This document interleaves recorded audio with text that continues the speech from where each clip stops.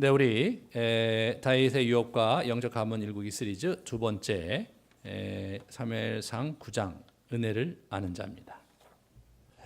우리가 알고 있듯이 다윗은 정말 초라한 시골 목동에 지나지 않았습니다. 우리 한번 사진 볼까요? 저런 목동이죠. 저 사진이 참 너무 인상적이어서 제가 밴드 그 첫머리를 저걸로 바꿨는데 저 친구가 다윗이죠. 저 어떤 아마 필름을 만든 분들이 찍은 그렇게 의도적으로 찍은 사진인데 참 그 의미심장하게 잘 찍었어요. 저렇게 소년의 시절을 저렇게 보냈습니다. 저기서 하나님을 찬양하고 또 하나님을 만나고 또 뭐 맹수들을 만나면 돌팔매로 맹수들을 처리하면서 나름대로 집은 몹시 자기를 배척하고 집에서 별로 자기 자리가 없었고 인정도 못 받는 그런 소년이었지만 저기서 하나님을 만나면서 자기도 어떻게 될지 몰랐지만 자신의 인생을 준비했던 그런 사람이 다윗이었습니다. 다윗이 지난 시간에 이제 장년이 되어서 그가 참 하나님 나라 유업의 땅을 모두 차지하죠. 우리 같이 한번 지도를 보면 저 큰 땅을 차지하는 겁니다. 본인이 사실은 저 빨간 부분은 저것도 이제 사실 그 중에 일부죠. 그 일부를 가지고 그 자기 땅의 몇 배가 되는 땅을 일군 거예요. 참 그 이스라엘 역사상 가장 큰 땅을 자기가 정복해서 정복군주로서 자리를 굳혔으니까 굉장히 자랑스러웠고 굉장히 저는 아주 그 마음이 뿌듯하고 의미심장했을 거라는 생각이 듭니다. 하지만 다윗이 왜 저걸 저렇게 정복을 했고 궁극적으로 다윗이 추구하는 이상은 무엇이었을까? 큰 나라였을까? 아니면 어떤 것이었을까? 이런 질문을 던져보는데 오늘 본문이 다윗이 어떤 스피릿을 가지고 어떤 심장과 어떤 의도를 가지고 자신의 나라를 일구었고 또 이렇게 앞으로 전진했는지를 보여주는 그 장이 바로 9장 말씀입니다. 다윗은 아브라함 이후에 천년의 로망을 이룬 사람이죠. 천년 전에 아브라함에게 주셨던 그 약속을 부여잡고 그것을 이룬 사람입니다. 오랜 약속의 서름을 딛고 여호와의 도우심으로 정복 전쟁을 완수했습니다. 우리 사무엘상 8장을 보시면요, 지난주에 제가 저 부분을 빼놨었는데 다시 한번 거기를 보시면 이 전쟁이 다윗이 어디로 가든지 여호와께서 이기게 하시니라. 저 말이 반복되고 있죠. 다윗이 어디로 가든지 여호와께서 이기게 하셨더라. 저 얘기를 안 쓸 수가 없는 것이 저 전쟁은 물리적으로 볼 때 이길 수가 없는 전쟁이거든요. 이길 수가 없는 겁니다. 그러니까 위에 있는 그 여러 저 북쪽에 있는 여러 아람 국가들이라든가 이 하닷이라든가 이런 나라들은 사실 이스라엘에 비해서 훨씬 강성한 나라들입니다. 그런 나라고 병거도 있고 막 무기도 대단합니다. 그런 나라와 전쟁을 했는데 전쟁이 간략하게 기록한 이유가 무엇이냐면 전쟁 자체가 기록할 게 별로 없는 거예요. 그냥 가서 싸우면 무너지고 가서 싸우면 무너지고 이런 형태로 진행이 된 거예요. 마치 여호수아서에 있는 여호수아의 정복 전쟁이 가서 싸우면 무너지고 가서 싸우면 무너지고 이렇게 됐듯이. 그게 왜 그러냐? 하나님께서 싸우셨고 하나님께서 그렇게 하셨기 때문에 다윗이 그것을 거머쥘 수 있었던 것입니다. 이것을 다윗은 누구보다도 잘 알고 있었던 것 같아요. 자기가 하나님의 은혜로 여기까지 왔다. 하나님의 도우심으로 내가 이 초라한 목동, 시골 목동에서 여기 권좌에 앉았을 뿐 아니라 천년의 꿈을 성취하는 놀라운 일을 이루었다. 이것이 이제 다윗의 그러한 마음이었을 것이라고 생각이 됩니다. 그런 마음을 우리가 좀 엿볼 수 있는 장면이 뭐냐면 18장 15절 말씀입니다. 8장 15절에 보시면 다윗이 온 이스라엘을 다스려 다윗이 모든 백성에게 정의와 공의를 행할세. 정의와 공의로 나라를 다스렸습니다. 굉장히 중요한 포인트인 거예요. 왜? 우리 그 사울 왕은요, 사울 왕의 일대기에 이게 안 나와요. 정의와 공의로 나라를 다스렸다 안 나옵니다. 사울은 그야말로 자기 왕국이에요. 자기 뜻대로 자기가 원하는 대로 정말로 멋지게 만들어가는 나라였지. 그리고 하나님이 자신의 왕국을 돕는 자로 옆에 있는 것이었지. 그것이 하나님의 왕국도 아니고 하나님의 뜻을 펼칠 생각이 없었던 사람이에요. 그렇지만 다윗은 그렇지 않았습니다. 이것은 나의 왕국이 아니라 하나님의 왕국이고 자기는 그 종의 도로서 그의 공의와 그의 정의를 이 땅에 흘러넘치게 하는 것, 그것이 자신의 통치 이념이었던 것이죠.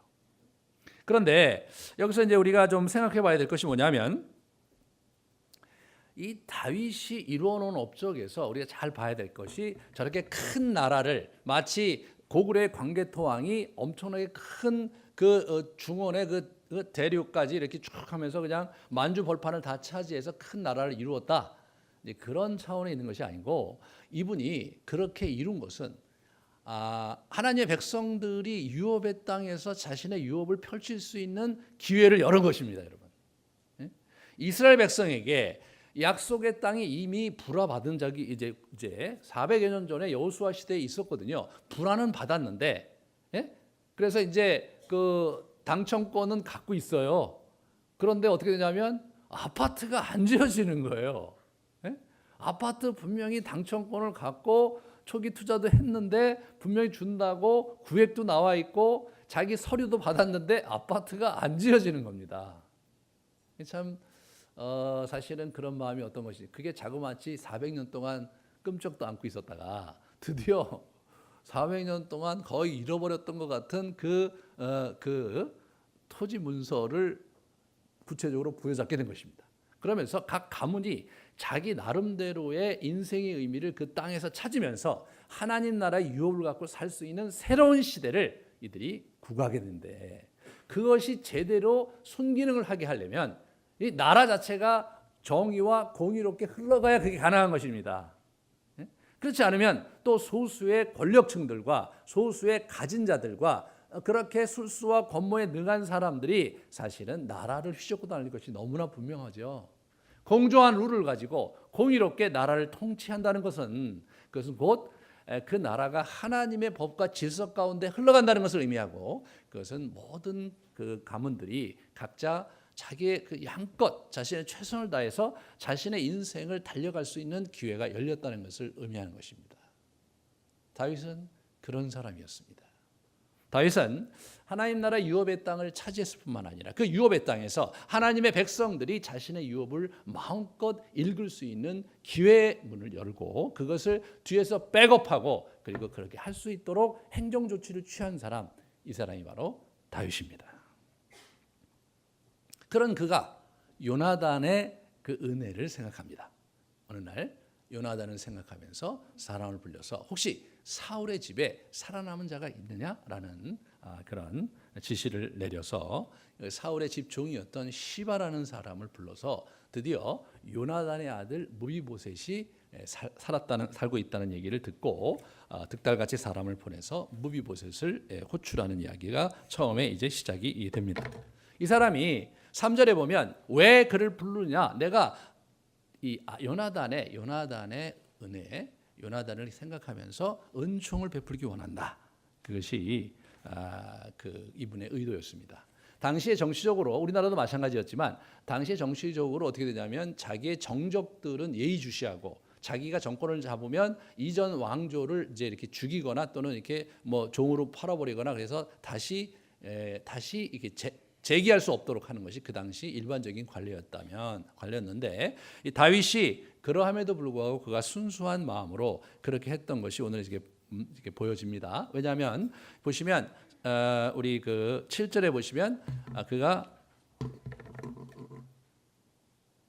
3절에 보시면 내가 그 사람에게 하나님의 은총을 베풀고자 한다는 게 이 사람의 표현이거든요. 은총을 베푸는데 어떤 은총이냐면 하나님의 은총을 베풀겠다. 그것이 이 사람의 이제 생각이었고, 그다음에 왕의 상에서 내가 정기적으로 먹게 하겠다. 그런 얘기를 이제 오늘 들려주고 있고요. 그런데 이제 왕의 상에서 먹는 것도 뭐 어떻게 보면 감시하는 것일 수도 있거든요. 실제로 그 고대 근동이 그렇게 됐죠. 조선이라는 사회가 굉장히 안정된 사회였음에도 불구하고 조선의 국왕이 이제 어떻게 되냐면 지방 관리를 파견할 때 그 서울의 이 한성의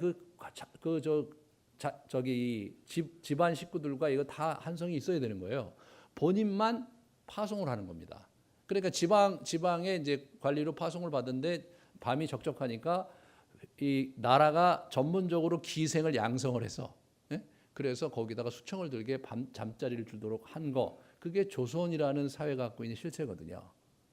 굉장히 안정된 것 같지만 늘 집권하는 자는 지방의 토호 세력 또는 지방의 권력을 가진 자들이 자기의 왕권을 넘볼까 매우 두려워한 것, 그것이 고대 사회입니다. 근데 이 다윗도 사실 그런 측면에서 우리가 이제 그렇게 할 수 있었을 거라고 생각이 되지만 이 사람은 이제 그런 사람은 아니었던 것이 오늘 본문에서 여기저기에서 밝혀지는데, 특별히 먼저 주목하고자 하는 것은 이분이 이제 어떻게 되냐면 11절에 보시면 무비보셋은 왕자 중 하나처럼 왕의 상에서 먹으니라라고 이렇게 얘기를 해줌으로써 이 사람이 자기의 왕자처럼 극진하게 대우를 했다는 것을 저자가 아주 의도적으로 표출을 하고 있는 것을 보게 됩니다. 요나단을 기억하고 있죠. 이 사람과 요나단과의 관계를 우리가 이제 지난번에 우리 같이 나눴던 것을 우리가 한번 되새겨 보도록 하겠습니다. 요나단은 처음부터 다윗이 마음에 들었어요. 요나단을 처음 만나는 것은 이제 요나단이 다윗을 처음 이렇게 사랑에 이렇게 하게 되는 것은 18장, 사무엘상 18장에 나옵니다. 요나단이 다윗을 자기 생명같이 사랑해 더불어 언약을 맺었다. 요나단이 17장에서 골리앗을 무너뜨렸고 나서 왕에게 보고하는 그 장면에서 한 손에는 골리앗의 이 머리채를 이렇게 거머쥐고 이렇게 보고하는 장면에서 완전히 그 마음을 이렇게 그에게 쓰고 언약을 맺었습니다. 자, 그럼 20장에 보시면 그 아버지 그 사울에게 쫓기는 그 다윗이 아버지의 의중을 알아달라고 했을 때 아버지가 다윗을 죽이기로 결심한 줄 알고 심히 노하여 식탁에서 떠나고 그 달의 둘째 날에는 먹지 아니하였으니 이는 그의 아버지가 다윗을 욕되게 하였으므로 다윗을 위하여 슬퍼함이었더라. 다윗을 굉장히 슬퍼하고 있고요. 20장 후반부에 보면 여호와께서 너 다윗의 대적들을 지면에서 다 끊어버리신 때에도 이런 얘기를 해요. 굉장히 예언적인 발언을 해요. 너는 내 인자함을 내 집에서 영원히 끊어버리지 말아라 라고 언약을 체결하고 그분이 떠나게 됩니다. 그 이후에 한 번 더 23장에 광야에서 이제 이렇게 떠돌고 있는 우리 다윗을 찾아가서 요나단이 저렇게 얘기합니다. 두 사람이 여호와 앞에서 언약하고 다윗은 이렇게 보면 너는 이스라엘의 왕이 되고 나는 네 다음이 될 것을 내 아버지 사울도 안다 이렇게 얘기하면서 두 사람이 여호와 앞에서 언약을 했습니다. 언약을 했어요. 그래서 이제 이 언약이라는 것 자체가 이 두 사람에게 굉장히 중요한 관계였습니다. 그래서 다윗의 형이기도 했고 멘토이기도 했고, 그죠? 후원자이기도 한 사람이 요나단이었습니다. 그런 요나단에 대한 다윗의 감정 표출은 그가 죽고 나서 에도시에 나타나죠.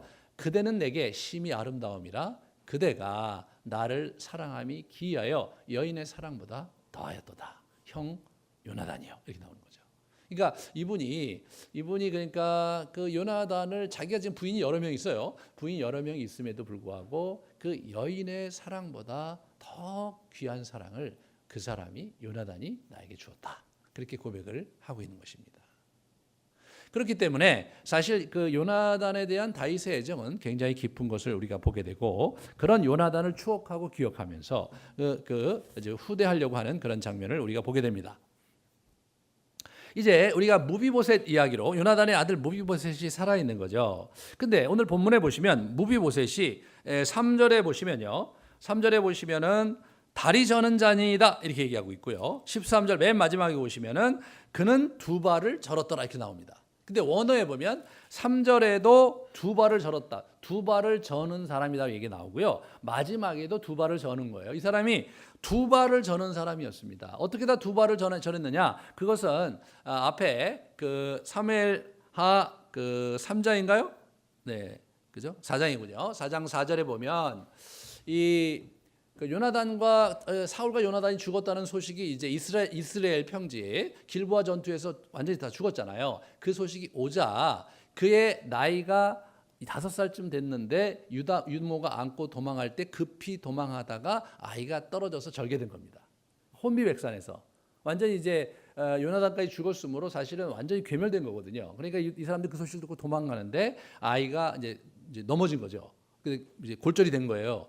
골절이 됐을 경우 이제 일반적으로 우리가 이제 그 특별한 조치를 취하지 않아도 잘 쉬게 하고 부목을 대고 쉬게 하면은 잘 붙는 게 일반적인 거죠. 아이들은 특히. 그런데 너무 급히 갖고 사실은 경황이 없었기 때문에 아이를 따로 그렇게 간호하면서 치료할 짬이 없었던 것 같아요. 그래서 이 친구가 그냥 완전히 두 발을 저는 그런 친구가 돼버리고 만 거죠. 그런데 그런 상황에서 이제 완전히 스토리가 사라지다가 오늘 이 사람이 어디 있는지가 밝혀지는데 로드발의 의인 마길의 품에 이 사람이 지금 이렇게 살고 있는 것이 이렇게 이제 오늘 얘기가 이제 시바를 통해서 이렇게 이제 우리가 알려집니다. 자, 로드발이라는 곳이 어디냐? 로드발은 어디 저쪽이죠. 그러니까 이쪽에 예루살렘이 있고요, 요단강이 있고 그다음에 저쪽 건너편이에요. 그러니까 그 당시의 역학관계 속에서 보면요, 이쪽 요단 서편의 중심지는 예루살렘이었는데 요단 동편의 중심지는 저쪽 마하나임이었습니다. 이게 그 다음 장면을 보세요. 그 다음 장면, 마하나임이었거든요. 그러니까 이제 이스보셋 정권이 마하나임에게 있을 뿐만 아니라 사무엘 하에 나중에 압살롬이 반역을 할 때 다윗이 어디로 망명을 가냐면 마하나임 쪽으로 갑니다. 그렇게 된다는 것은 마하나임 자체가 저쪽 그 요단 동편 지역에 상당히 교통의 요충지일 뿐만 아니라 상당히 그 거점을 확보하기 좋은 땅으로 이제 이렇게 이미 그 확보가 된 곳이죠. 저기에 있었는데 저기 근처예요. 그 마하나임 근처입니다. 거기에 로드발이 있었던 거예요. 근데 이 로드발이라는 것이 우리 학자들이 연구를 하고 저기 가서 이제 막 이제 거기를 이제 이렇게 발굴해 본 결과 굉장히 열악한 땅이었고, 그러니까 이제 이렇게 학자들이 결론을 내리는데 저기는 사울 가문이 무너지면서 사울 가문의 뭐 귀족이라든가 그 가문 일파들이 무너져 갖고 이렇게 빈민가를 이루는, 개토를 형성해서 이렇게 빈민간 또는 뭐 특별히 그 사람들이 아주 우중충하게 모여 사는 그런 땅이 로드발이었다는 것입니다. 그런 로드발에 이 사람이 버려진 채 있었던 것이죠. 그것이 우리 이 무비보셋의 참 슬픈 이야기입니다. 오늘 이제 무비보셋에게 야, 너 이제 사울의 그 땅을 내가 다 주고 그리고 너는 나와 함께 이제 내 상에서 밥을 늘 같이 먹자, 그렇게 제안을 했는데 그 얘기를 들을 때 오늘 본문에서 보시면요, 그 얘기를 딱 듣는 장면이 8절에 나오죠.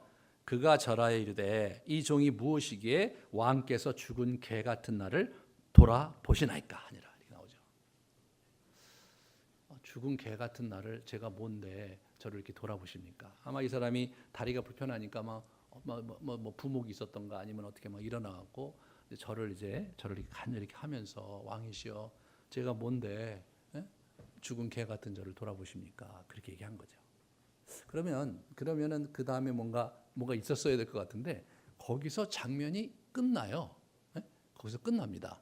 그리고 어떤 조치가 일어났는지가 안 나온 다음에 어떤 형태의 일이 일어난지가 않고 그 다음에 바로 그 9절에 보시면 왕이 사울의 시종 시바를 불러서 그에게 이르되 사울과 그의 온 집에 속한 것은 내가 다 내 주인 아들에게 주었다, 이렇게 얘기하죠. 그러니까 그 자리에 시바가 있었던 게 아닌 거예요. 그러니까 시바를 또 부른 겁니다. 그렇다면 시바를 부르기 전에 그 얘기를 들었을 때 장면으로 다시 돌아가 보면요, 거기 갑자기 이게 포즈가 되는 거예요. 거기 갑자기 이게 딱 드라마가 이렇게 쭉 진행이 되다가 이 사람이 정말 불편함을 길고 일어나다가 가까스로 이렇게 절을 하고 왕이시여 제가 뭔데 죽은 개 같은 저를 돌아보십니까?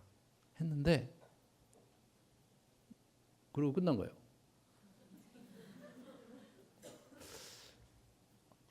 굉장히 슬픈 장면이죠. 정말 요나단의 아들이 저렇게까지 비참하게 살고 있구나, 안타까운 장면인데 여러분이 죽은 개가 아주 재미난 포인트입니다. 그 단어가 여기가 왜 포즈가 됐냐면 죽은 개라는 그 단어 때문에 포즈가 된 거라고 저는 생각하거든요.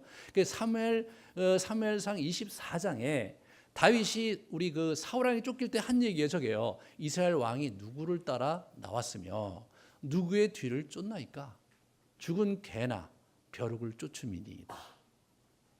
여러분 자기가 썼던 말이에요. 자기가 십수년 전에 저 친구 할아버지 사울에게 쫓길 때 자기가 사울 왕한테 한 말이에요. 죽은 개 같은 나를 왜 쫓아다니십니까? 라고 얘기했는데 그 손자가 죽은 개와 같은 나를 어찌 돌아보십니까? 여러분 같으면 그 자리에서 어땠을 것 같아요? 저는요, 갑자기 그 단어를 듣고 이 사람이 이렇게 멍하니 멈춰 있었을 것 같아요.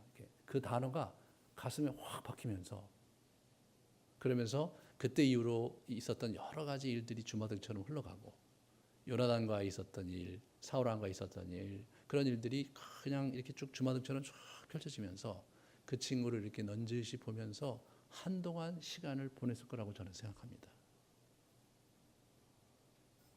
제가 인터넷 찾아보니까 스페니쉬 계통에 있는 그 사람들이 이제 이거를 어떻게 이제 영화로 제작했는지 그런 몇 컷이 나와요. 그 컷에 이 장면이 어떻게 나오냐면, 다윗이 일어나서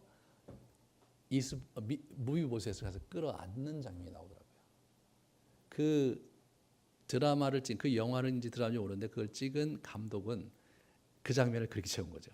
결국은 일어나서 그 친구를 끌어안은 걸로 그 장면을 채우고 있어요. 근데 그럴 수도 있지만 저는 죽은 개라는 단어를 들으면서 굉장히 많은 참 권력의 무상함, 인생의 무상함, 그리고 초라함을 보면서 정말 많은 생각을 다시 했겠다. 그래서 어떻게든 자주는 어떻게 마무리했는지 모르지만 마무리를 하고 사람을 시켜서 시바를 불러와라. 그렇게 하는 거죠. 그리고 뭐라고 얘기합니까? 네가 그 땅을 경작해서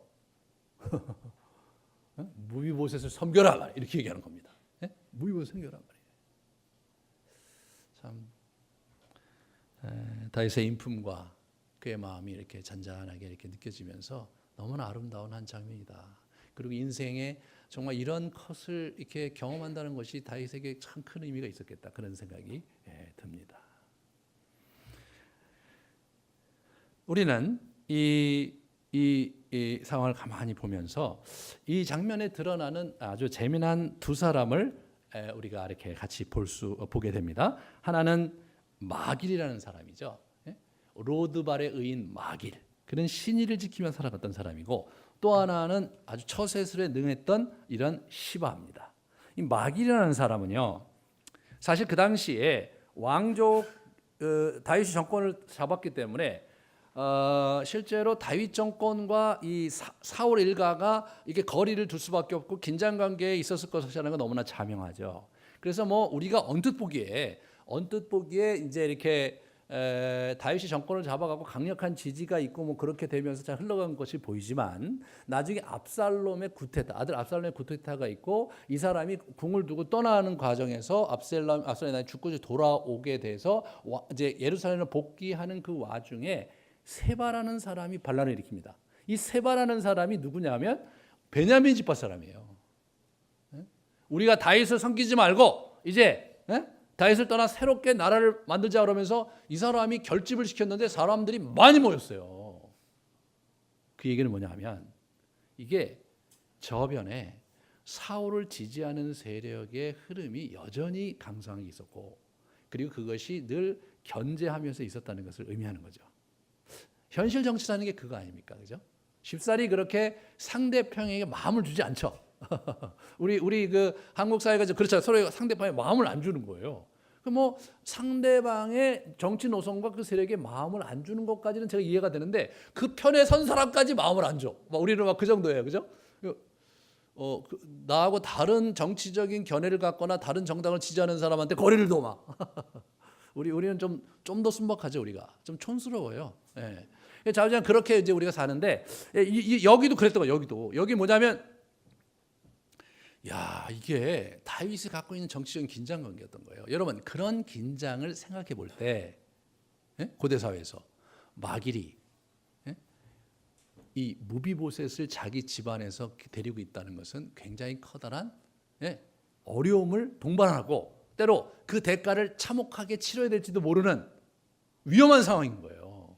여기 시바는 사울의 집의 종이었던 거예요. 충복이었던 것 같아요. 아마 그 정부의 어떤 재정 담당이든가 아주 중요한 관리였을 거라는 생각이 들어요. 그 사람도 무비보셋과 거리를 두고 있는 거예요. 무비보셋이 어디 있는지는 알아. 근데 무비보셋과 관계를 거리를 둬요.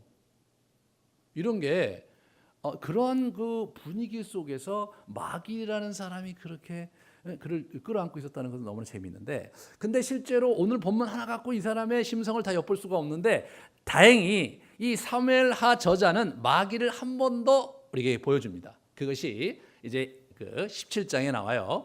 압살롬의 구테타로 다윗이 이제 마하나임으로 이렇게 도망을 갈 때, 그때 여러 사람들이 와서 다윗을 위모하는데, 그때 암미엘의 아들 마길이 같이 왔어요. 그죠? 꿀과 버터와 양과 치즈를 가져다가 다윗과 그와 함께한 백성에게 먹게 했습니다. 그 중에 마길이 있는 거예요. 네. 여러분, 압살롬이 반역을 일으킬 때요, 주요 세력이 다 압살롬에게 붙었습니다. 압살롬이 나중에 우리 같이 보겠지만 굉장히 뛰어난 사람이에요. 거의 다윗과 버금가는 그런 뛰어난 그러한 인재였어요, 이 사람이요. 그래서 아버지 밑에서 그러면서 묘하게 자기 세력을 구축을 수년간 한 후에 충분히 준비하고 나서 구테타를 이룬 거기 때문에 다윗이 사실은 당할 수밖에 없는 그런 상황인데, 하나님의 도우심으로 겨우 위기를 모면했다고 평가할 수밖에 없을 정도로 압살롬이 굉장히 아주 뛰어난 정치가였습니다. 그런 상황에서 저 사람이 지금 우리 다윗을 갖다, 지금 다윗이 완전히 쫓겨나 갖고 막 지금 도망다니고 있고 압살롬의 군대가 막 지금 진격하고 있거든요. 그런 상황인데 그 사람을 도와줘. 이야, 이거 쉽지 않잖아요. 쉽지 않아요. 마길이 의인이었습니다. 정말 의인이었던 이 사람은 진짜 옳은 편에 서서 옳은 일을 하는 사람, 마길입니다. 근데 또 다른 인물이 누구냐면, 이 사람이 왜 그렇게 이제 잘 조명이 돼야 되냐면, 시바라는 그 이름도 별로 안 좋은 그 시바가 있기 때문에 이게 이제 아주 재미난 거죠. 시바라는 사람은요, 그 능숙한 처세술이죠. 이 사람은 사울의 최측근 중에 하나이면서 무비보셋과 거리를 뒀습니다. 그죠? 그 다음에 이 사람의 실체, 여기 오늘 본문에서는 이 사람의 실체가 안 드러나요. 근데 이 사람을, 이 사무엘하 저자가 너무 재밌는 거예요. 이 사람이 마길의 실체도 볼 수 있게 했을 뿐만 아니라 이 시바의 실체도 보게 했어요. 그래서 동일하게 이제 보십시다. 16장에 이렇게 보시면 동일하게 이제 지금 구테타 때문에 가는 거예요. 도망가는 우리 다윗을 쫓아옵니다. 시바가 막 와갖고 이제 막 먹을 것도 주고 막 나귀도 가져왔어요. 그러니까 왕이 이르되, 다윗이죠, 내 주인의 아들이 어디 있느냐, 무비보셋 어디냐, 이렇게 물어본 거죠. 시바가 뭐라 그러냐면 예루살렘에 있는데 그가 말하기를 이스라엘 족속이 오늘 내 아버지의 나라를 내게 돌리리라 하나이다, 이렇게 얘기했다는 거예요. 다윗이 화가 나갖고, 야, 그 땅 네가 다 가져, 이렇게 한 거예요. 그런데 문제는 그 다음에 이렇게 보세요. 다음에 이렇게 19장에 보면 나중에 이제 돌아왔을 때 무비보셋이 와서 하소연을 합니다. 왕의 종인 나는 다리를 절므로 내 나귀의 안장을 지워 그 위에 타고 왕과 함께 가려 하였더니 내 종이 나를 속이고 종인 나를 내 주 왕께 모함하였나이다.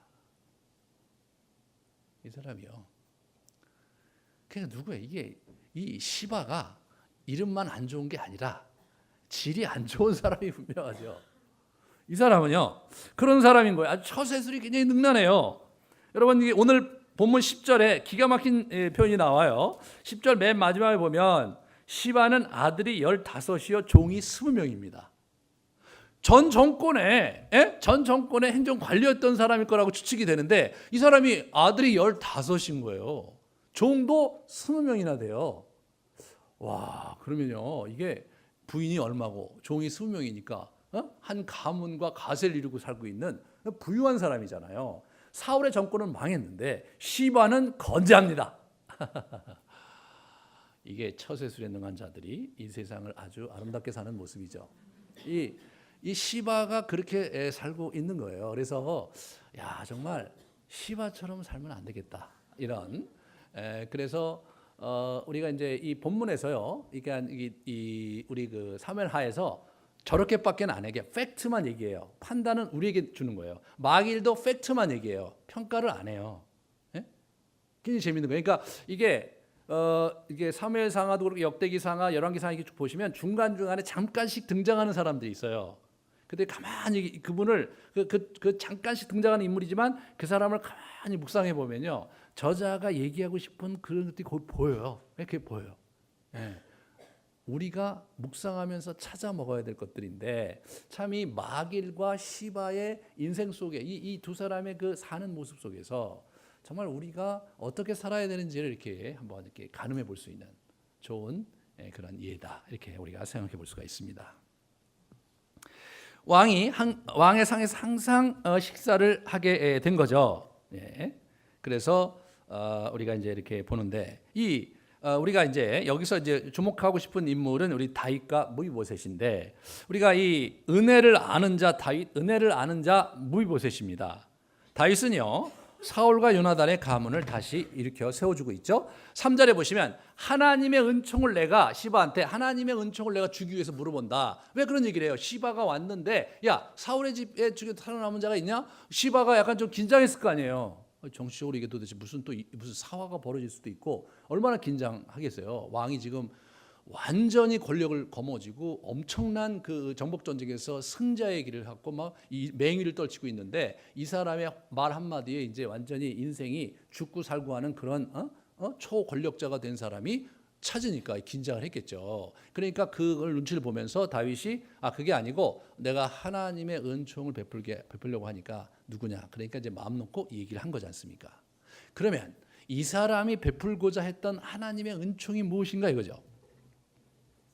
자, 7절과 8절을 가만히 이렇게 보시면 다윗이 그에게 말하되 무서워하지 말라. 이제 우리 무비보셋에서 얘기하는 거죠. 내가 반드시 내 아버지 요나단으로 말미암아 내게 은총을 베풀리라. 내가 네 할아버지 사울의 모든 밭을 다 내게 도로 주겠고, 이렇게 나오는데 여러분 이게 굉장히 재미난 얘기입니다.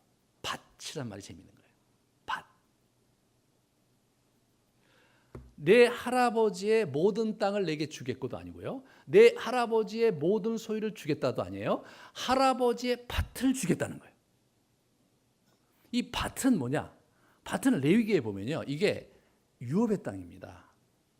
그래서 가문 대대로 그거를 상속하게 돼 있었어요. 그런데 부동산 중에서 들에 있는 밭만 상속하게 돼 있었어요. 성 내에 있는 그런 부동산은 이렇게 대대로 가져가는 거 아니고 그냥 있었고요. 그게 중요한 게 아닌 거예요. 밭은 원주인에게 돌아간 거예요. 지금 사울의 재산, 그 재산이 다 딴 사람에게 돌아갈 수 있었던 그런 상황이었거든요. 그런데 밭은 뭐냐면 밭은 고유하게 그 집안에게 돌아갈 품목인 거예요. 그거를 돌려주고 있는 거예요. 이게 무슨 얘기냐? 레위기에 그 가업의 땅을 돌려준다는 거예요. 그 기업의 땅을 돌려준다는 거예요. 이렇게 되면요, 지금 이 본문 자체가 색깔이 좀 달라지는 겁니다. 이제까지는 요나단의 그런 은혜를 생각하면서 내가 은혜를 베풀겠다. 그래서 이제 그 할아버지 집안에 있는 재산도 너한테 물려주고, 너는 와갖고 내 상에서 너 뭐 몸도 불편한데 농사는 저 시바한테 시키고 너는 와서 나하고 늘 같이 내 왕자들과 함께 같이 먹자. 그러면 호의를 베푸는 거잖아요. 이건 호의를 베푸는 거예요. 근데 지금 다윗은 그렇게 정서적으로 과거의 은혜에 감동해서 이 친구에게 호의를 베푸는 것을 넘어서는 일을 하는 거예요. 뭐냐면 그 집안의 가업의 땅을 있게 해준다는 것은 그 집안이 다시 유업을 잇는 가문으로 갈 수 있는 터전을 마련해 준다는 거예요. 그러고 다시 오늘 처음부터 쭉 보면 어떤 일이 벌어지냐면 자꾸 사울의 집이란 얘기를 해요. 여러분, 요나단을 기억하는데 사울의 집이란 얘기를 해요. 요나단의 집에 살아남은 자가 없느냐 이렇게 얘기하는 게 아닙니다, 여러분. 사울의 집에 살아남은 자가 없느냐 이렇게 얘기하는 거예요. 그리고 누구의 땅을 주냐면 사울의 땅을 주는 거예요. 그리고 우리 그 시바에게 네 종 너의 주인이었던 사울 왕의 손자입니다. 그 지금요, 이 사람은 지금 요나단의 집을 챙겨주는 게 아닌 거예요. 다윗은 지금 사울 왕의 가문을 다시 일으켜 세우려고 조치를 취하고 있는 겁니다. 이게 굉장히 아주 재미난 장면인 거예요. 그러면서 여러분 그 오늘 본문에서 아주 재미난 게 하나가 있어요. 뭐냐면 12절에 보세요. 무비보셋에게 어린 아들 하나가 있으니 이름은 미가더라. 이게 갑자기 돌출하는 거예요. 이게. 예? 무비보셋 얘기 계속 하는데 맨 마지막에 이 이야기가 끝날 때쯤 12절에 불쑥 그런데 사실 무비보셋에게 아들이 있었다 이거죠. 이걸 누가 보고 있었냐면 누가 보고 있었겠어요? 다윗이 그걸 보고 있는 거죠.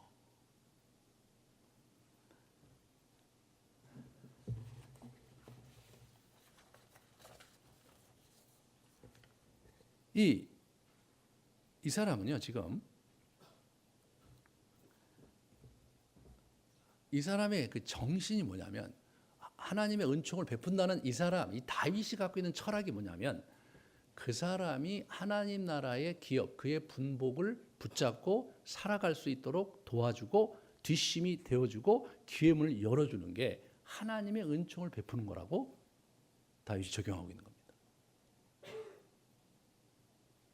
그러므로 9장은 단순히 자기 인생을 성공적으로 이룬 한 그 사람이 과거에 자기의 은덕을 갚기 위해서 덕의 실천으로 자기의 은인이었던 요나단을 챙기는 사건이 아닌 거예요.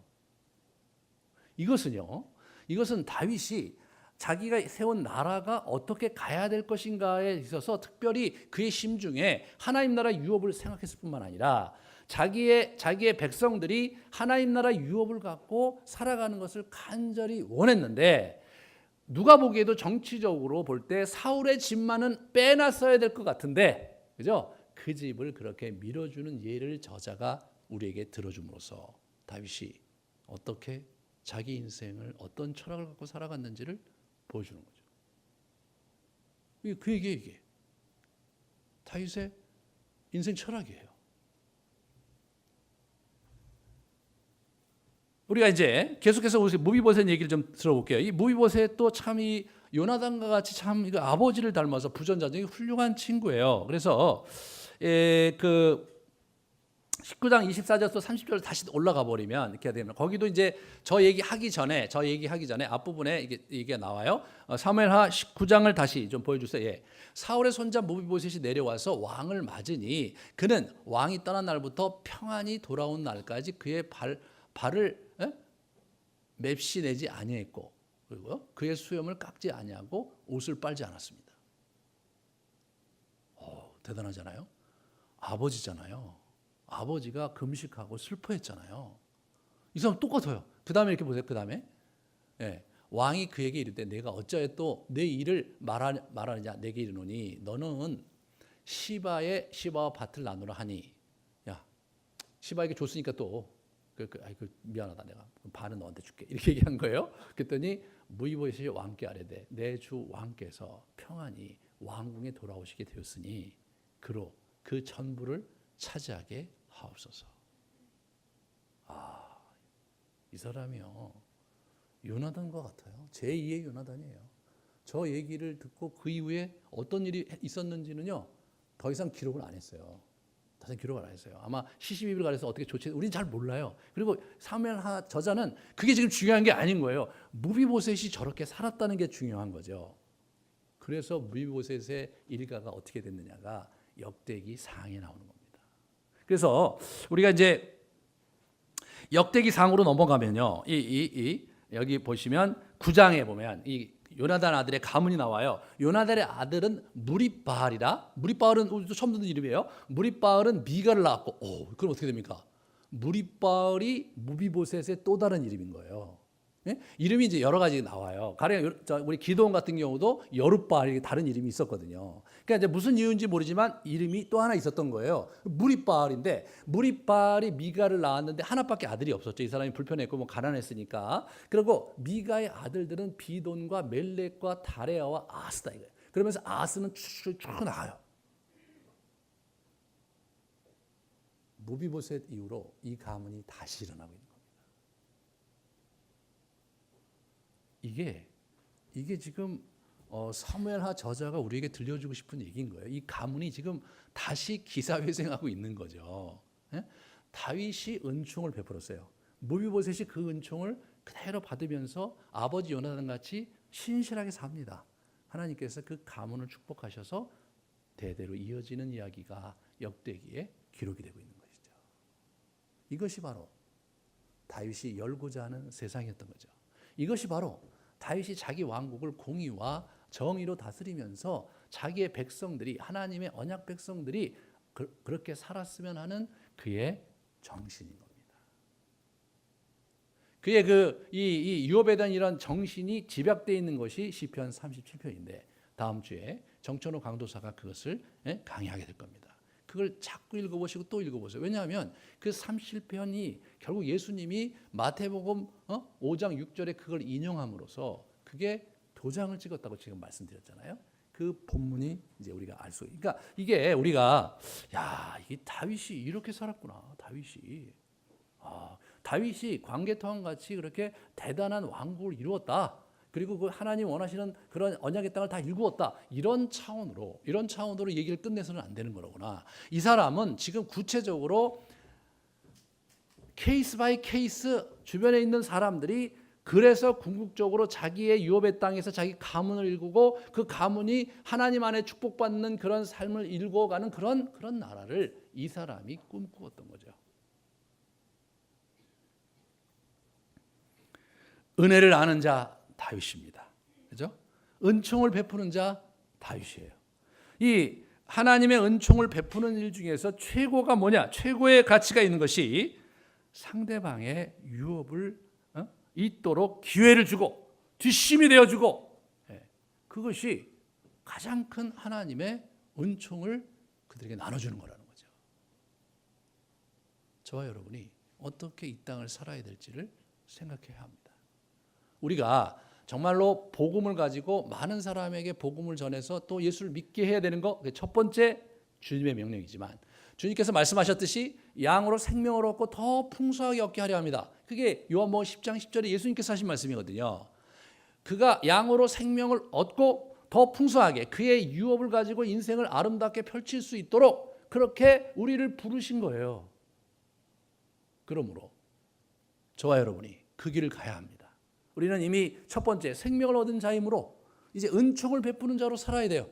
그래서 우리 주변에 있는 사람들에게 정말 도움의 손길을 주고 사랑을 주는 것을 넘어서서 그들이 하나님 앞에 자기 몫을 감당하며 그들이 자신의 생의 의미를 찾고 아름답게 살아가도록 도와주고 힘주고 격려해주고 기도해주는 일, 그것이 진정한 의미에서 하나님의 은총을 베푸는 일입니다. 여러분이 정말 하나님의 은혜를 입은 자 맞습니까? 여러분이 정말 은혜를 아는 자로 이 땅을 살아가고 있습니까? 여러분이 하나님의 은총을 이웃에게 나눠주고 주변 사람들에게 나눠주고 살고 있는지를 잘 보시기 바랍니다. 저희 교회가 요새 이제 계속해서 이제 유업을 찾아가는 그런 여정을 계속해서 좀 가고 있습니다. 왜? 다윗이 이 이스라엘의 유업의 기치를 높이 들렸듯이 우리도 그 유업의 기치를 높이 들고 그렇게 하면서 그 다윗이 자신의 백성들이 자기 유업을 쫓아 사는 그러한 나라를 꿈꾸며 이루어갔듯이 저희 성도들이 자신의 유업을 붙들고 자기의 인생을 살아가는 그 날을 꿈꾸면서 저희가 우리 교회를 일구어 가야 되겠다.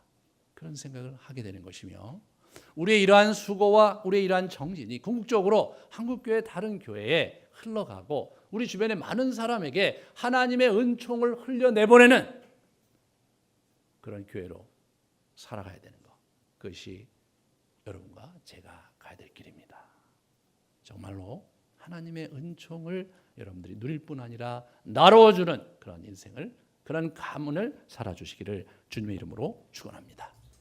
우리 같이 기도합시다. 우리 한번 생각해 봅시다. 다윗이 갔던 길을 생각해 보고 우리가 가고 있는 길을 비춰 봅시다.